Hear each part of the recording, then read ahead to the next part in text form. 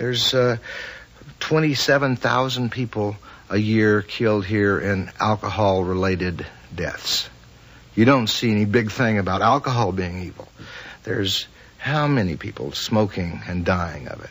How many of all of these, and yet nobody's been killed? Why is it that people think it's so evil? What is it about it that scares people so deeply? Even the guy that invented it. What is it?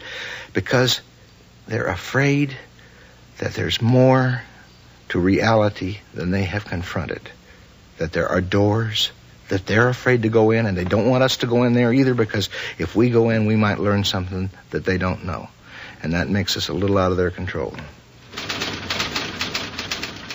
Did the establishment proscribe LSD because it revealed to the young a truth better concealed? Lord William Deeds, former MP and editor of the Daily Telegraph, sat on the committee that advised the British government to ban LSD. He denies metaphysical paranoia was involved. We're talking of the 60s, when all these things were felt and thought and shared.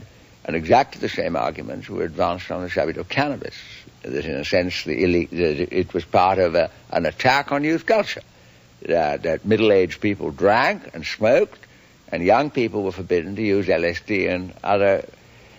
The difference, of course, is the dangers to society that those subjects respectively pose. And in our mind then, and in my mind now, LSD posed an element of risk which exceeded any other of the indulgences which civilizations were taking on board. There was no attack on young people. There was no political motive. It was founded on medical advice.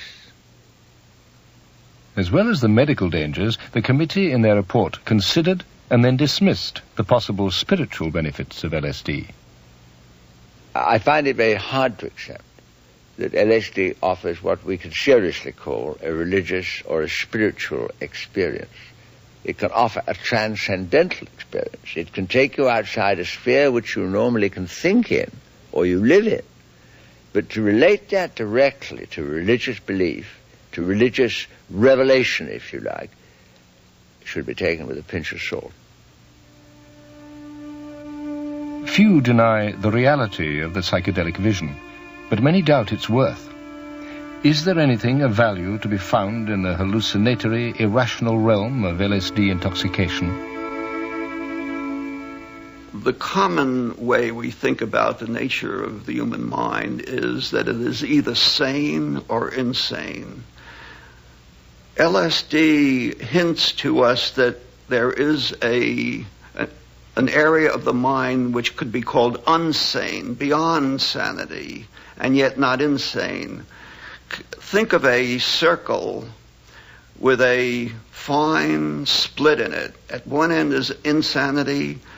You go around the circle to sanity, and on the other end of the circle, close to insanity, but not insanity, is unsanity. This is perhaps where all the superlative efforts of humanity come from, not only of art, but of science. And it may be that we could approach it by a thoughtful, wise study of LSD.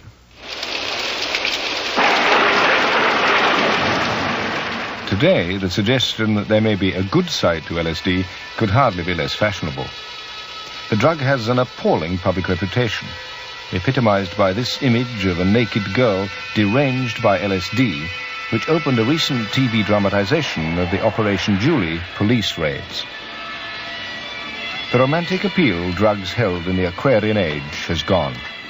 It's been replaced by sordid associations with criminal exploitation and wasted lives.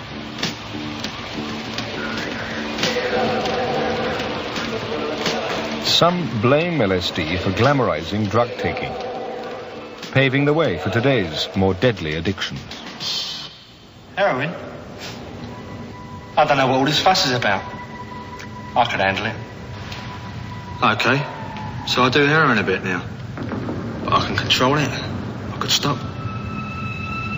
If I wanted to. There's no way I'm going to become an addict. I just do heroin. It's no problem. Look, I've got this thing under control. just got to touch a flute and they... Everyone thinks they can control heroin until it starts to control them. I could give up tomorrow, couldn't I? We've got to make a distinction between heroin, which is a drug which creates physical dependence, and LSD, which is a drug which has no physical dependence.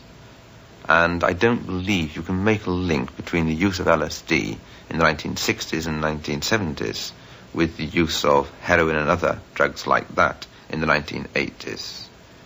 In the 1960s and 70s, people were using drugs like LSD believing that it was a means of gaining greater self-awareness, greater insight into their own being.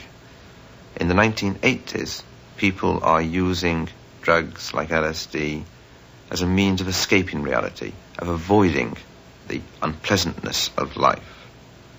Of course, in a sense, it doesn't really matter what reasons people have for using it. What does matter is that LSD is an extraordinarily powerful drug whose effects we can't really control, and we can't control when we take it. It creates so many risks for both those who use it and for society generally that I believe we've got no choice but to retain legal controls on its use. Aldous Huxley, whose early experiments with mescaline influenced popular interest in LSD, never lost faith in the value of psychedelic drugs. On the day he died from cancer in 1963, Huxley asked his second wife, Laura, to inject him with LSD.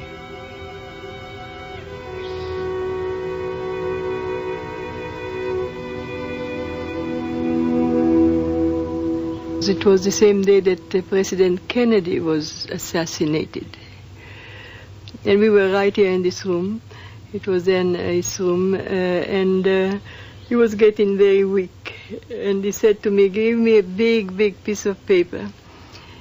And he wrote intramuscular, 100 microgram of LSD intramuscular.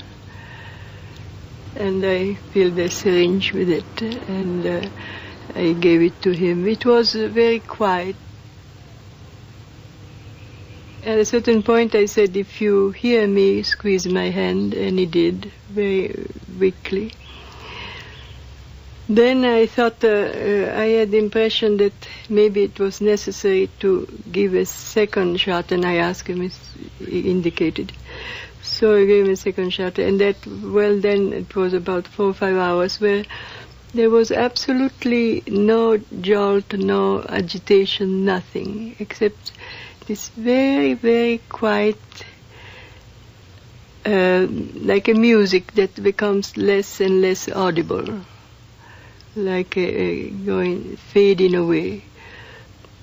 There was no jolt when he died. It was just that breath stopped, and there was a beautiful expression in the face. There was a very beautiful expression in the face.